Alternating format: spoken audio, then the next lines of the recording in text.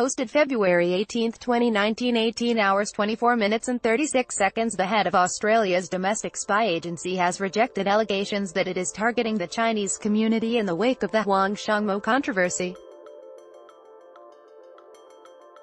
Key points. The Department of Home Affairs stripped billionaire Huang Xiangmo's permanent residency status. Chinese language newspapers and Chinese community groups condemned the decision. ASIO tried to assure Chinese Australians they have nothing to fear from security agencies. The Department of Home Affairs stripped Mr. Huang of his permanent residency while he was overseas. Security agencies were concerned about the billionaire's links with the Chinese Communist Party, and had warned political parties about accepting donations from him. But the decision to effectively bar Mr. Huang has stirred unease in parts of Australia's Chinese community. 3 large Chinese-language newspapers in Australia published identical letters defending Mr. Huang and attacking intelligence agencies. The letter was signed by more than 100 community groups.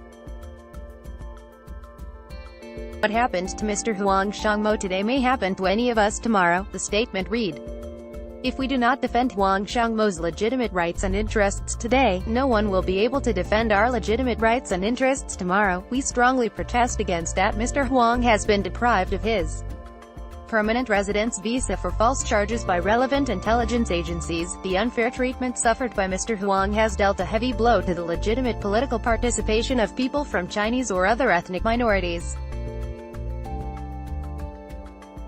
It made the underprivileged people from the Chinese community and other ethnic minorities even more vulnerable. However, the Australian Values Alliance, a group also from the Australian Chinese community, made a statement showing support for the Australian government's decision. The statement said it was a new step in the right direction for Australia to reject the virus of corruption, referring to Mr. Huang's involvement in political donations before his visa got cancelled. It's critical that we avoid commentary that will instill fear. ASIO Director General of Security, Duncan Lewis, told a Senate Estimates Committee that the attacks on his organization were inaccurate. I am concerned at reporting in Australian, in foreign language newspapers over this weekend, wrongly asserting that the Chinese community is a target for ASIO, Major General Lewis said. This is simply not so.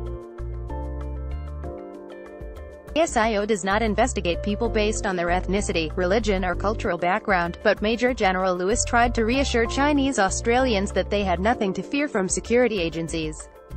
It's critical that we avoid commentary that will instill fear and taint such a community which makes such a positive contribution to Australian life, our economy and our culture, he said.